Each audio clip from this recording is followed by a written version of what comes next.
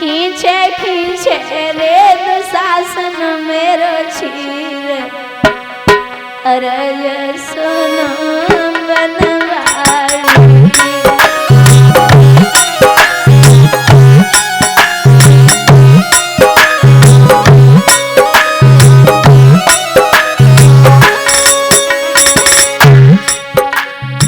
हस्तिनापुर में जाएगी देखो बैठ गई वाली।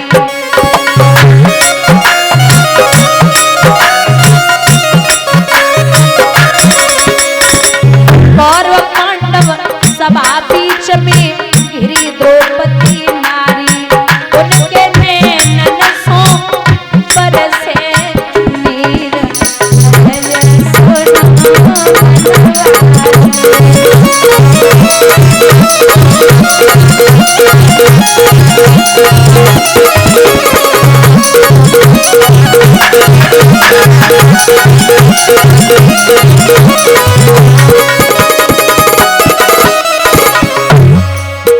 ये पांचों पांडव ऐसे बैठे जैसे अबला नारी।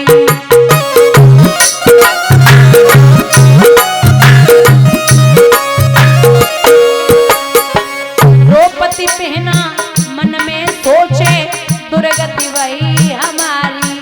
नहीं है कोई बचैया लाल अरज सुनो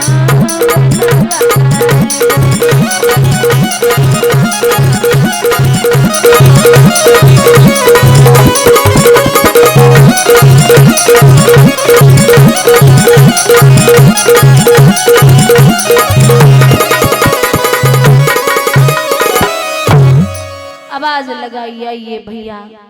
रुक्मणी के साथ में मेरे कृष्ण चौसर खेल रहे हैं। बहन की आवाज कानों में पहुंची तो कृष्ण पीठ फेर के रोए। पूछने लगी रुक्मणी क्या बात है कृष्ण, आप रो रहे हैं? जी क्यों? बोले आज हमारी बहन पे बड़ो संकट है। क्या बात है? बोले साड़ी खींची जा रही है। अरे तो जाइए ना, आप यहाँ क्यों बैठे हैं? आप जाओ। द्रौपदी का भाई वो कृष्ण जवाब देता इतनी आसानी से नहीं जाऊंगा।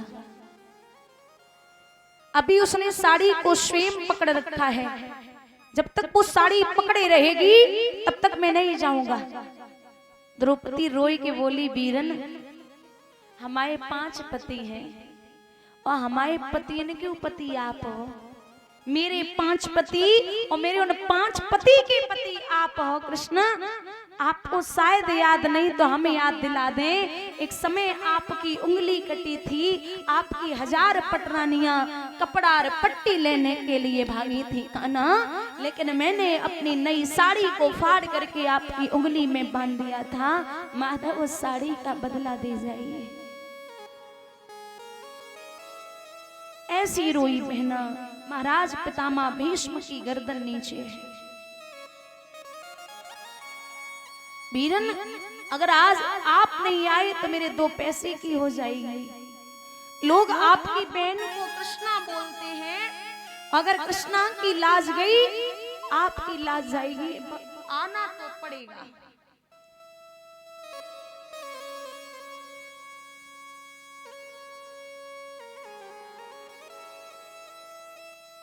महाराज विद्वान कहते और मैं 5-5 पतियों की पत्नी हूं, नाथ शोभा नहीं देता। आप बोलिए ना। भीम तामसी स्वभाव का था, थोड़ा सा उठा, धर्मराज ने हाथ पकड़ के बिठा लिया। क्या कर रहे हो भाई? या आप नहीं बोल सकते। द्रौपदी चारों तरफ देख रही, कोई नहीं बोल रहा। तो पितामह भीष्म की तरफ उंगली उठा के मैया द्रौपदी जवाब देती है, अरे पितामह, हे भीष्म पितामह कुछ बोलो। कुलवधू जो तुम्हें पुकारे रही, दुर्योधन जो व्यवहार किया क्या तुम सबको लगा सही? मेरा केस पकड़ कर लाया है, करता तू शासन दुर्व्यवहार। आर्यों की सब माताओं ने क्या नहीं दिया कोई संस्कार? मैंने तो दाव नहीं खेला चौसर की शाही क्रीड़ा में, जब दोष नहीं है मेरा कोई तो मैं क्यों ऐसी क्रीड़ा में। संपत्ति नहीं किसी राजा की, द्रौपदी हाथ उठा के कहती है संपत्ति नहीं किसी राजा की, जो हारे मुझको खेल जुआ। दादा तुम तो नीति प्रिय हो, फिर क्यों मूलाचार हुआ। द्रौपदी ने बारी बारी से प्रश्नों का ढेर लगा डाला। धृतराष्ट्र विद्रोह द्रोड़ा के मानो मुख पे लगा ताला। माँ कुंती ने मुझको बांट दिया। द्रौपदी कहती कि माँ कुंती ने मुझको बांट दिया, बन गए पति पांचों भाई। दुर्दशा देख मेरी ऐसी तुम सबको लाज नहीं आई।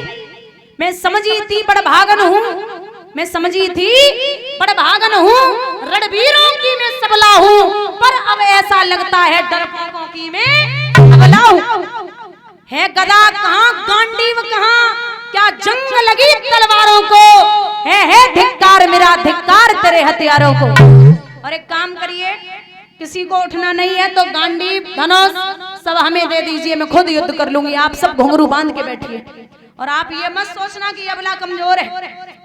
हुआ पांचों का बल छीर तो क्या, माँ क्या बोलती है कि हुआ पांचों का बल छीर तो क्या, मेरे कृष्ण अकेले काफी हैं। वो दंड नीच आता ताई को कभी न देते काफी है।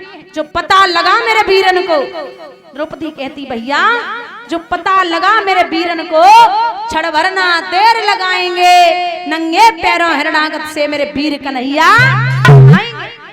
नहीं भगिनी, भगिनी का मतलब होता है बहन। नहीं भगिनी में लाचारों की, नहीं भगिनी में लाचारों की, मधुसूदन मेरा भाई है। लगता है दुर्योधन दुशासन तेरी मौत यहाँ पे आई है। होती है भ्रुकुटी बक्र जहाँ, अगर मेरी भाई की भ्रुकुटी टेढ़ी हो जाए, होती है भ्रुकुटी बक्र जहाँ, कोहराम वहां मच जाता है। कि सब अगर हथियार उठा ले तो काल भी ना बच पाता है। जो आए भैया सवा मध्य, जो आए भैया सवा मध्य, तो कोई नहीं बच पाएगा। जब चक्र सुदर्शन चालेगा सब ही धूली जाएगा। मुझे कमजोर मत समझो, मैं जब भी आवाज लगाऊंगी मेरा भैया आएगा। और द्रौपदी हाथ उठाए के बोली वीरन क्या कर रहे हो। दुशासन साड़ी को खींच रहा है ये कृष्ण, आंखों में आंसू।